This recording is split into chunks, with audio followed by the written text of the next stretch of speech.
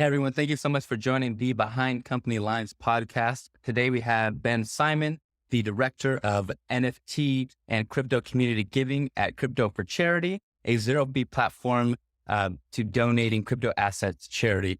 Ben, thank you so much for joining the show. This is definitely not a common project that we have on the show, and it's really exciting to dive into the whole world of crypto and the way it's really splintered off into so many different segments. So fascinated to learn about your background within the space and get into all the mechanics around, why, gift to charity, crypto assets, what are the benefits of it? And what are the like I said, what are the mechanics behind it? But before we get into all that, what were you doing before you started, or you jumped in and joined this project, the Crypto for Charity?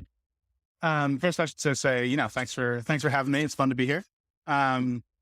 So this thing I'm working on now at Crypto for Charity, is kind of the blend of a lot of my past career and then my present interests, right? So I spent, most of the last decade as a campaigns consultant for big global nonprofits. So groups like Greenpeace and UNICEF and Amnesty International and, Save the Children and that sort of thing, working on, like campaign strategy, like how to try and move the needle on X issue in Y way, and on organizational strategy. So how to work better together and how to be more collaborative and all that sort of stuff, both internally and the supporters.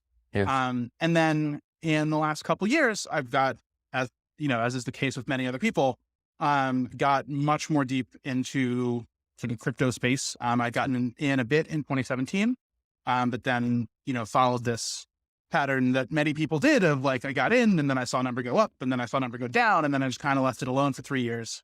Really quite sincerely wish I hadn't in retrospect, but here we are. And then, got back involved more in 2021 with some of the decentralized finance stuff. And then in the summer got really into, specifically generative art NFTs, which is generative art is the idea of, like algorithmic art. So, art meets code, and where there's this great sort of, marrying of blockchain technology with art, where you can sort of have the algorithm firing to create a unique piece based on a blockchain interaction. And then that, causes a new token to be created, which is then the sort of has the provenance and the code is stored in the token and all that sort of stuff.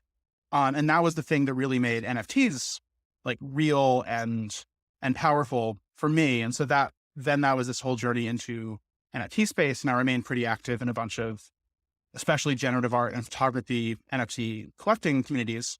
And then I was having conversation in the fall last year. And then again in the spring of this year with, a friend of mine who is the founder of a company called Free Will, which is does what it says on the label, which is to say, if you go to freewill.com, you can make a legal will for free. And the whole model there is it's about nudging people. It's about making it easier for people to create wills, because there's a bunch of reasons why that's helpful. And then when they're doing it, people are nudged to donate to charity, right? So so far it's created something like $5 or $6 billion of requests to charity. I'm actually not sure what the updated number is, but that was sort of, it's in my head from the last time there was an update. And so Free Will is involved in planned giving, is what that's called, when sort of people leaving money in their wills. And then it's also getting into and thinking about, facilitating non-cash real-time giving, like crypto as well as stocks. And so Patrick, the co-CEO of Free Will, and I were our old colleagues and friends, and we were chatting about crypto because I was down in New York for an NFT thing. We was talking about they were thinking about getting started with, on the crypto side, and it just seemed really, sort of serendipitous, right? Of like this nonprofit world that I know very well and have tons of connections into with, the sort of the space that I'm currently really involved in and have a lot of, like I'm deep into certain slices of, and as you mentioned, it's like there's a million different directions you can go in crypto world, and only so many any one person can be involved in.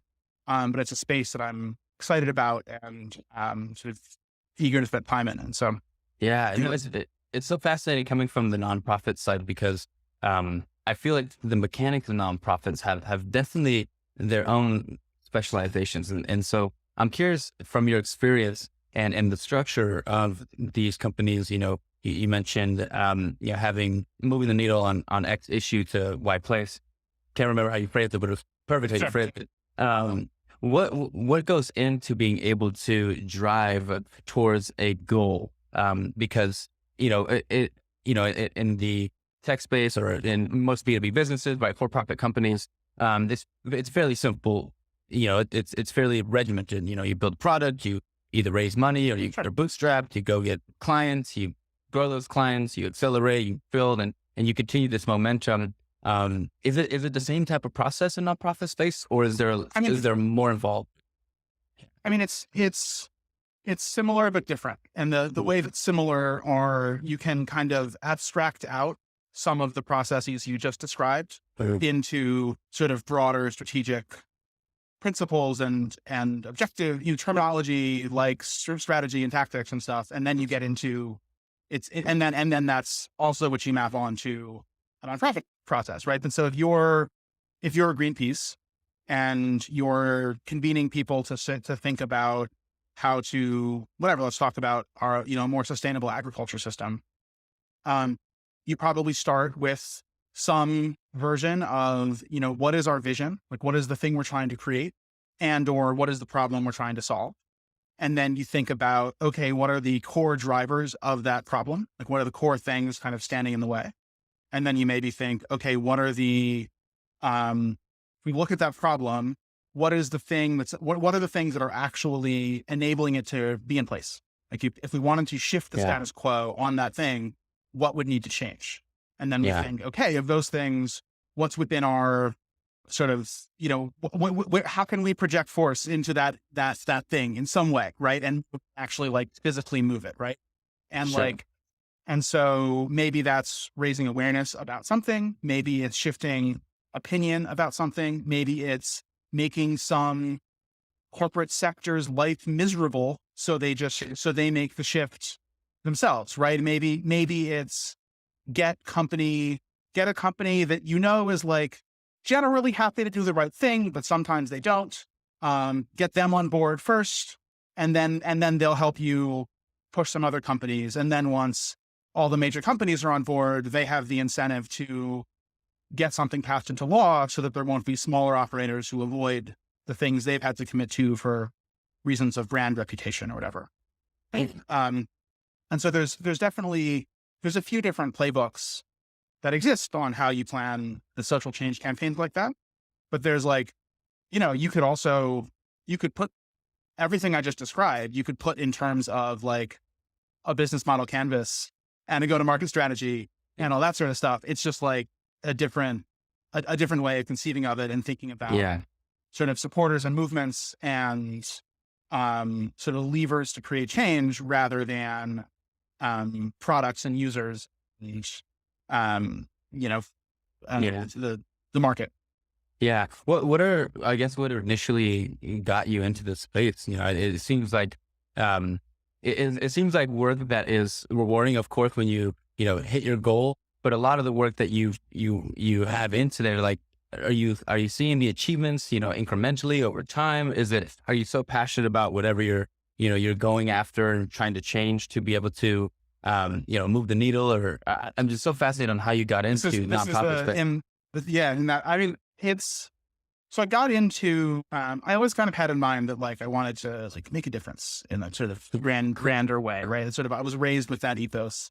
There's this like, my mother passed when I was young, and she left me and my brother a letter for when we're older about how we should live. And the letter really, I think, gave impact on me on like what's important and what's not and all that sort of thing. And when I was in college, I got involved in a Senate campaign, like a just elections campaign. And it really just like gave me the bug for campaigns. Like there's an adrenaline and it happened that we won, and then we lost, but we won initially.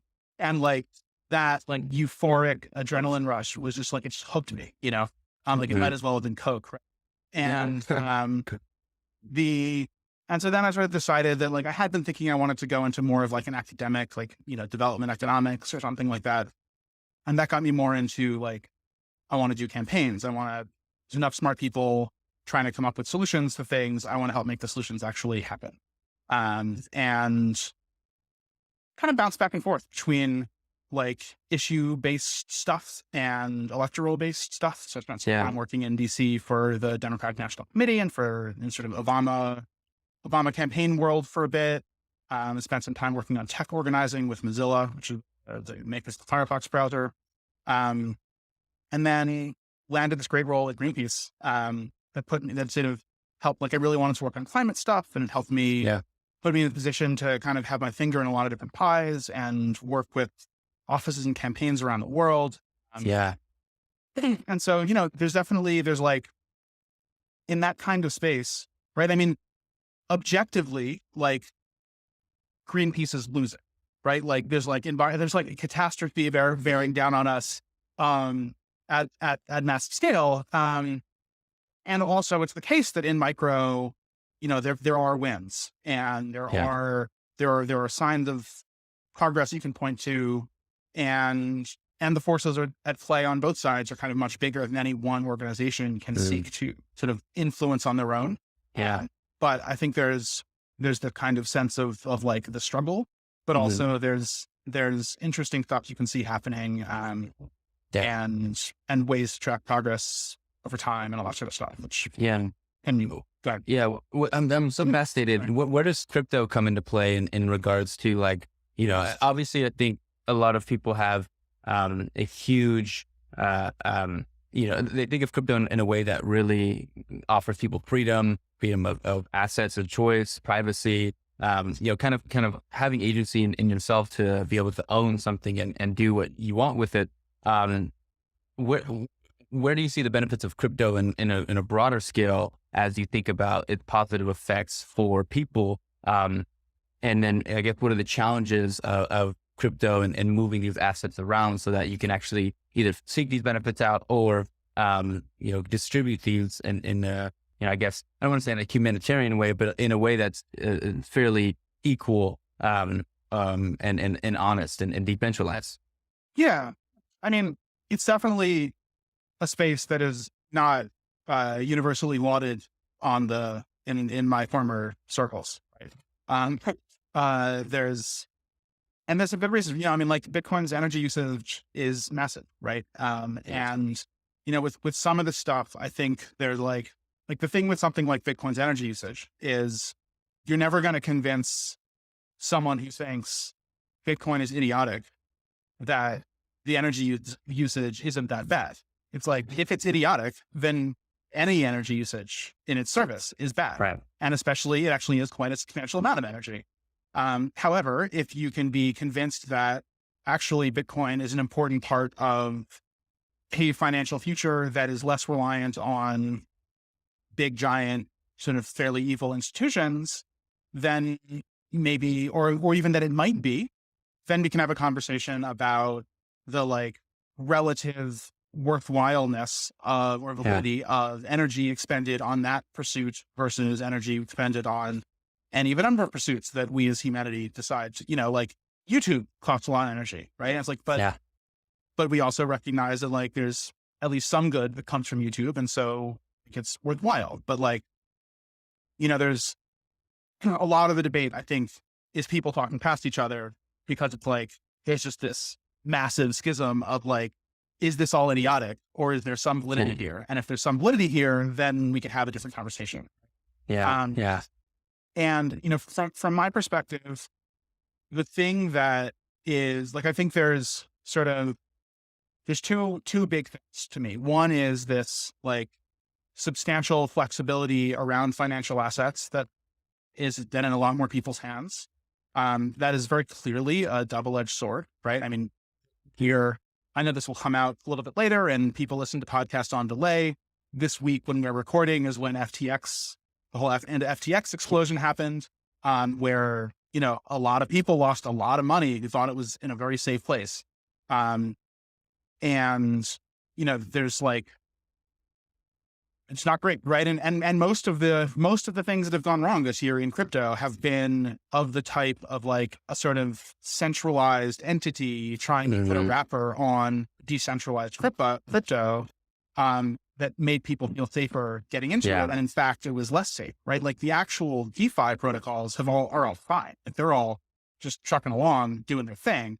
It's the like fact that, FTX is or Celsius or whatever was like out there doing super risky shit with customer money that they shouldn't have been doing, that sort of gets us in this place. And so, I actually think like getting beyond that, getting to where people actually have, where we've both figured out like the on-ramps. So it's not super scary to set up a MetaMask wallet and self-custody those assets, and also making it so that, and part of that is tools and making it both more secure and easier for people.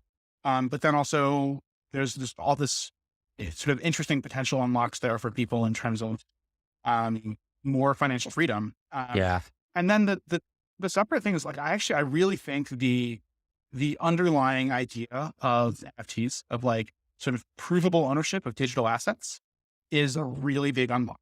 Like I think I care, like the piece of it that I'm most excited about is on the art side, like less of the sort of utility side, but like, I'm really excited to see what ultimately happens in all sorts of industries that like, there's sort of predictable, obvious things now, like gaming, which is like, clearly there's going to be a bunch of this stuff in gaming. Clearly there's going to be a bunch of this stuff in like ticketing. Clearly there's going to be a bunch of this stuff in music in some way or another. But also just like, there's all these people who are able to make a living as artists now who weren't before, because people can actually buy their digital art, in a way that like makes sense. And that's really, as the market has tanked over the last 2 months, like art has actually been one of the things that people have really flocked to. Cause like, there's no additional promises, right? There's no like, this is going to give you all this extra utility and you're going to get, it's like, no, the utility is art, like you have art now. It's cool. And there's also things, I do like most of my stuff on ETH, but, Tezos is another sort of layer one blockchain that has, and to say like NFTs on ETH tend to be fairly expensive because there's fairly high transaction fees. It'll cost you like $10 to buy a thing, where like the $10 isn't the cost of the thing. The $10 is the buying of the thing. And the reason for that is that Ethereum is viewed as like a very long-term, secure blockchain where the assets will persist sort of in perpetuity. Whereas Tezos generally is like vastly cheaper. And there's this really nice sort of bohemian art scene in Tezos as well, where you can get like great art for legitimately like $5. And then, you have that art piece now and you can display it and you can get a print of it. And like, that's just really cool. And I think it's sort of making this accessible to people in a really fun way. And I'm meeting tons and tons of people who have never, like, art's have always been fairly present in my life. My wife is a historian. I've always been someone who's like, when I'm visiting the city, I'll go to the art museums and stuff, but that's not true of a lot of people.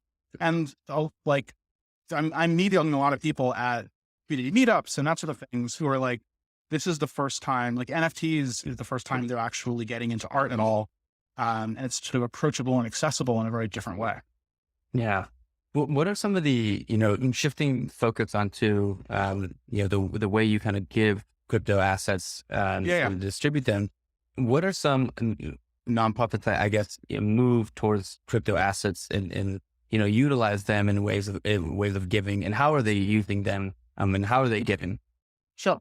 Well, I can take a step back and just describe sort of crypto for charity a little bit, right? So, we are, as you mentioned at the top, a zero fee platform for donating crypto assets. And what that means is we provide a way for anyone who holds, whether it's ETH or BTC, Bitcoin, or, an NFT or any of a number of other tokens, to donate that directly to charity.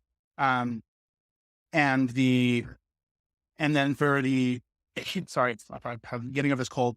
And then for the charity the joining in support of, to simply receive cash, right? So we did some we surveyed a bunch of nonprofits around crypto and like, where was their head at on crypto? And the general response we heard back was like, well, I know we need to figure it out, but like, boy, would I prefer to not have to figure it out. Yeah. And so what we have is, so Crypto for Charity is a product of Free Will, company that I sort of mentioned before.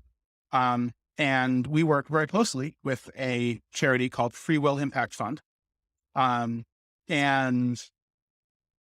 So when you make a donation on Crypto for Charity, what you're actually doing is making a donation to Free Will Impact Fund, which then receives the asset, liquidates it to cash, and then makes a cash grant out in support of the charity or a set of charities that were specified in the gift, as long as those charities are like eligible to receive gifts.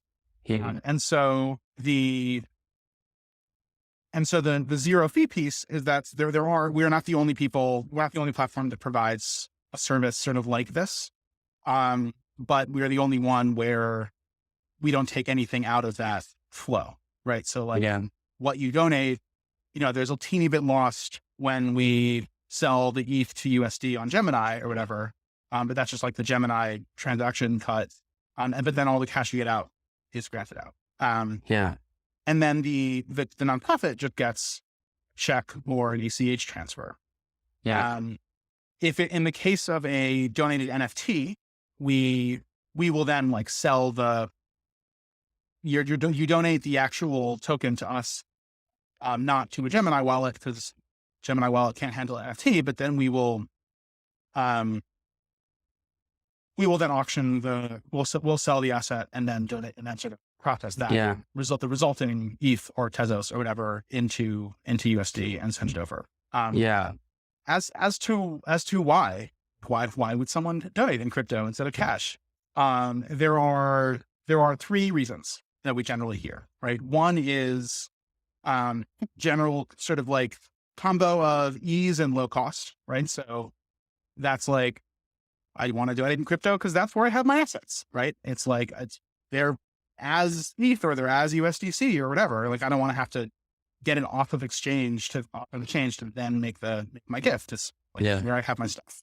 And then the low cost thing is, again, it's like, if you think about the flow I just described, where there's nothing removed except for maybe like a 0.25% or whatever the Gemini takes, that means that way more of your money actually gets to its destination than donating with a credit card online, right? Where like credit card processing fees is usually, it's like 2.5 to 3% or whatever. A second reason is sort of as a political statement, right? It's like people in the crypto space want people who are not in the crypto space to see the crypto space as like kinder and more social good oriented and all this sort of stuff, right?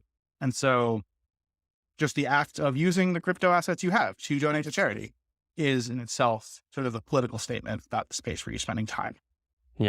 And then the third thing is, which is the big one, is for US taxpayers only, we're talking about here, but for US taxpayers only, if you have a crypto asset that you've held for more than 12 months, which has increased in value, donating directly is hugely tax advantaged. And what that means is that whether you donate in cash or you donate in crypto, if you're eligible for tax deductions, you can take, and you itemize and stuff, you can take a tax deduction for the market value of your donation. However, that's like the same. However, if it's an appreciated crypto asset, you can do so while not owing any capital gains tax on the appreciated value. So what that means is, imagine you had like $100 of Bitcoin for which you paid $10 back in 2016. And imagine also that you have $100 of cash and you want to donate $100 to Oxfam, right? In that world, you could donate the $100 to Oxfam in cash and get $100 tax deduction. Or you could donate the $100 of Bitcoin to Oxfam and get the $100 tax deduction, and use your $100 of cash to buy Bitcoin with a new cost basis of $100. Wow. Which would mean that any future appreciation, you'll only be taxed on the value from $100 up rather than being taxed on the value from $10 up. Right. So you Got can it. basically use it. You can like substitute this stuff you're planning to do with, in a way that like, so basically you can like tax-free reset your cost basis to present value. Yeah. It's fascinating the different, ways that, even like compliance and regulation is coming about within the crypto community. And also the ways that it's becoming its whole own asset class and asset classes underneath it, and the benefit that you can take from it. I mean, the question that comes to mind is, what are the challenges that you face today? Is it more regulatory? Is it more getting the word out for people to be able to do this? Is it all the above? It's market forces and getting the word out, right? I mean, a lot of people are just demolished right now, right? Like, if you, and like, I'm among them, in various ways, right? Like if you bought ETH or BTC right now at the top in the 2017-18 cycle, like you're down right now in dollar trends. Right. And so like, obviously if you bought it in 2019, you're doing great still. But like we definitely saw giving kind of fall off cliff a little bit after the Luna collapse back in May when numbers went down a lot. We've seen some really nice spikes around sort of newsy events. So like the Ukraine crisis was a huge driver of on-chain giving.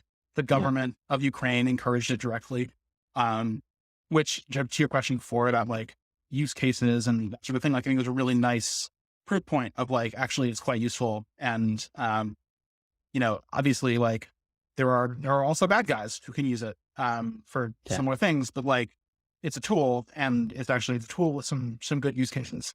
And, I think on both sides of the equation here, which is to say both like crypto holders and nonprofits, there's, with crypto holders, a lot of people are just unaware of either the tax benefits or of the option, that are like unaware that the option exists at all to do crypto, or how easy it is or whatever. And then on the nonprofit side, I think a lot of nonprofits are very much on board now, and sort of increasingly so. I think a lot tend to feel like, for whatever reason, they don't like, given because of the public perception of crypto as this like, the Elizabeth Warren's line about the like shadowy supercoiners or whatever. There's this perception of crypto users as, I think from a lot of nonprofits' perspectives, like not their people, right? It's like not people you have on your list or whatever, but like sort of based on math and like survey data of how many people own crypto assets in the US, it's highly likely that most nonprofits have like a reasonably sized chunk of crypto holders in their audience in some way, right? Who are like either existing donors or engage in their programs in some way or aware of them. And so I think part of the challenge that I'm definitely working on, and the folks on the team are working on, is sort of helping nonprofits get a little bit more comfortable with reaching out more broadly about crypto to people that they haven't already like segmented or identified in some way as being specifically interested in crypto, right? So it's like, some nonprofits will have like an audience segment because they like clicked on something at one point where they're like, those are the people we talk to about crypto. But it's like, try a bit more, like find ways to do it that are true to your voice and that don't turn off people who hate crypto, but like acknowledge the fact that it's like part of life for a lot of people, right? So, and you're like probably leaving a bunch of money on the table by not engaging in some way, but not audience productively. Yeah. If everything goes, but what's the long-term vision for Crypto for Charity? I mean, we have some fun stuff in the works. So we've got a pilot running right now called DeFi for Charity, which is, so there's a DeFi protocol or decentralized finance protocol called avid, AAVE, where you can deposit tokens you hold and then earn interest on those deposits and or use the deposit as collateral to withdraw other assets that you want to do it, right? So sometimes you can use it for like fairly risky strategies. Like if you want to leverage long on a token, you can like, let's say you want to leverage long on ETH, you can like deposit ETH, then withdraw a stablecoin, buy ETH stablecoin, deposit the ETH, farm more stablecoin, wash, rinse, repeat. Or if you're going to hold the asset anyway, it's a way to just like earn some interest on the asset. And so we've on Polygon, which is like a sort of side chain to Ethereum with much lower transaction fees. So Aave on Polygon now allows you to allocate your yield, the yield earned on your deposits, to the charitable, like a cause fund of your choice through Crypto for Charity. So you can allocate it to a basket of environmental conservation groups or a basket of hunger and homelessness groups or like healthcare research groups or whatever. So I think that's like a fun, like I can see that over time in a world where like DeFi gets its mojo back. If yields start going up again a little bit, I could see that being a really fun initiative that people are interested in. And like things like that are, I think I have some hope for. I think there's a lot of interesting directions that people that like we've been thinking about, that I know others are thinking about, with like ways you can tokenize giving in some way or another, right? Like, get NFTs that show you're a supporter of a given group, and all that sort of stuff I think is super compelling longer term. I am one of the areas where there's a lot of giving is through art NFTs. Actually, it's like a lot of artists are very interested in allocating a certain chunk of their primary sale royalties to charity, and so making that as easy and accessible to people as possible is a big priority of mine. I think there's a bunch of different, and then just like more people being aware of the possibility, I think has a lot of unlocks. Another thing that I'm sort of very hopeful about. So like when I started this in the spring, so spring 2022, there were very few holders of NFTs who fell into that sort of tax advantage group we were talking about, right? Of like having held assets longer than 12 months, which had appreciated in value. There's like people who held CryptoPunks since they minted them in 2017. And there's like, you did that, you're great.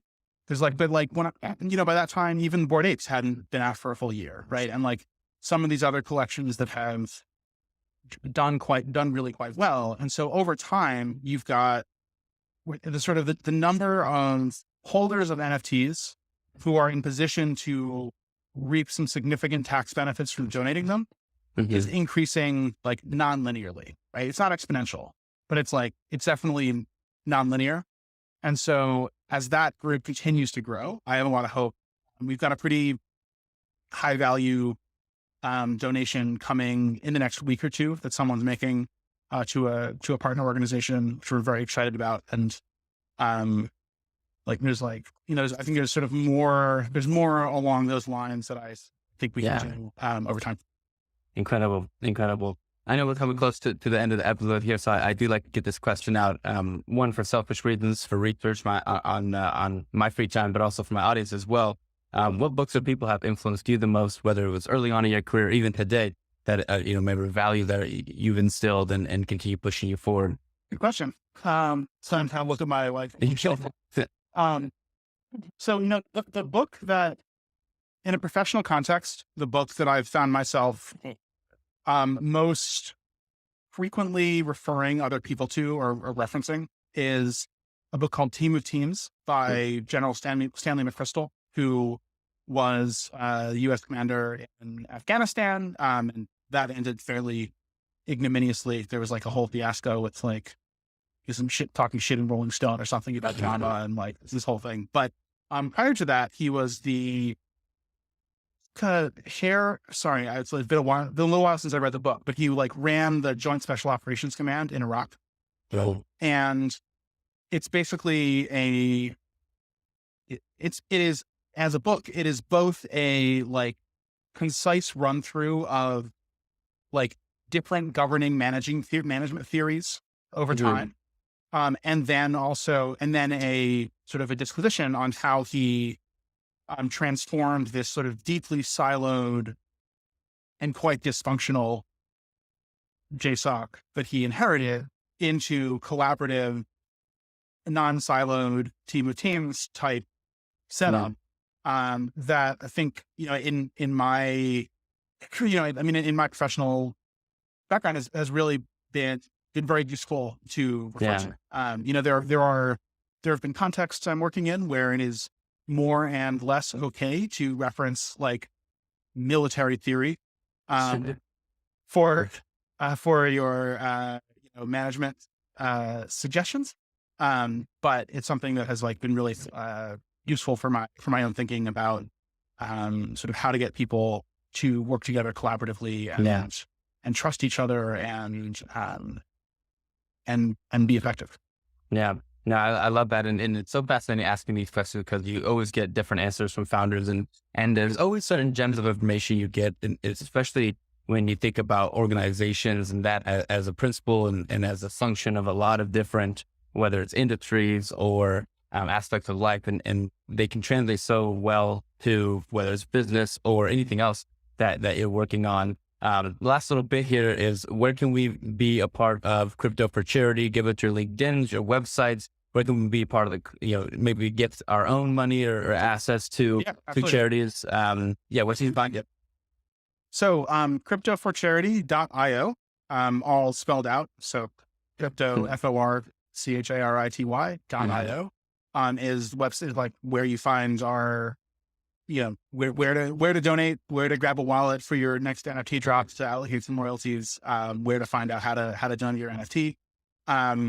We have a Discord server, which is more of a support Discord than like a community building thing. Because like we don't want to promise community and then not actually resource the building of one. But I think over time, it's something we would very much like to. Yeah. We are on Twitter at crypto, the number 4, and then the word charity with an underscore. It's linked on the website and we can get in the show notes as well. I am on my like crypto Twitter. I started out in crypto kind of pseudo anonymous. So going by Simon Says. And then when I decided to like start with this job and it was this kind of blend of my past life and my current life, I went for the fully doxed and named, but my sort of the Twitter where I'm most active is 0x Simon Says. 0x is because Ethereum wallets all begin with 0x. And so incredible. I love NFTs and there you go. Because, someone had already taken Simon Says. But that's a mix of like NFT stuff and politics stuff and crypto for charity stuff. I love it. And yeah, I think that's, I think that probably sets you up pretty well. Red is rain. And please, anyone listening to this who's interested in collaborating in some way, if you have, users who might want to use our tools or build donations into what they're doing with smart contracts, or just make donations, please get in touch, trying to get the word out. Love that. Well, Ben, thank you so much for going through your experience in the nonprofit space and this interesting blend of crypto and nonprofit and how it's really been an effective, not only for, giving, but also for tax purposes. And really there's so many possibilities this can go. And it was fascinating to see kind of how your mind thinks about the different ways they can go. So I hope you enjoyed yourself, but thanks again for being on the show. Thank you. My pleasure to be here.